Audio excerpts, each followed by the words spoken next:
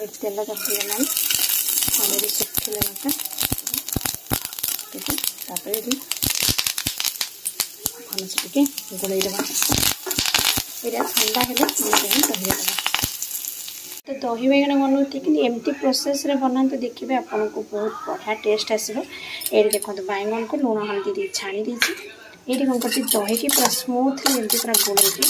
Lumps ना पूरा Fenty देती। ये मसला देखो कौन नहीं जीरा लंका गुंड नहीं चिली पाउडर नहीं माने राग कर खाली कलर पाई ये नॉर्मल लुण नहीं आ पीट लुण नहीं आईटी चीनी देती चीनीटा नहीं आप ऑप्शनल अच्छे आप चाहिए आपको स्किप करेंगे खाली माने बालांस करके नहीं जेहेतु लुण राग आ मीठा हेले टेस्ट एमती भल से आम फेंटी देवा। और लास्ट रे ये आम कौन कर चाट मसला टी दबा यहाँ मार्केट रे इजिली मिल जाए यहाँ गोल देखिए भल से गोल देवा यहाँ भी देदेवे पर्जनाटा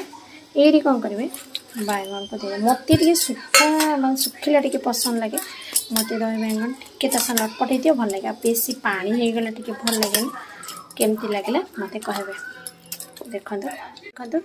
केमती मत कहतु पूरा लटपट थरे बनातु खातु आ एंजॉय करतु मत केमती लगे कमेंट रे कहतु।